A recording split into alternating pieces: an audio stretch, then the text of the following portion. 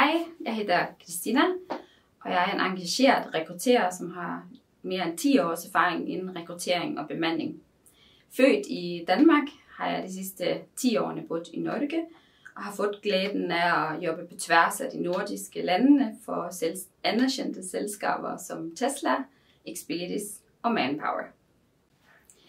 Rekruttering er for mig mere end det at fylde stillinger. Det handler om at skabe match mellem mennesker og organisationer.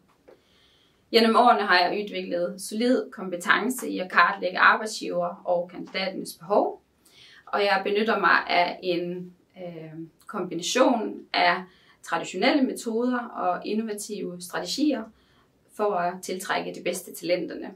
Jeg er dygtig til at bygge relationer, som fremmer samarbejde og succes. Videre er jeg også interesseret i at udvikle mine færdigheder inden HR, og ønsker derfor også at blive taget i betragtning til roller, som strækker sig ud over rekruttering.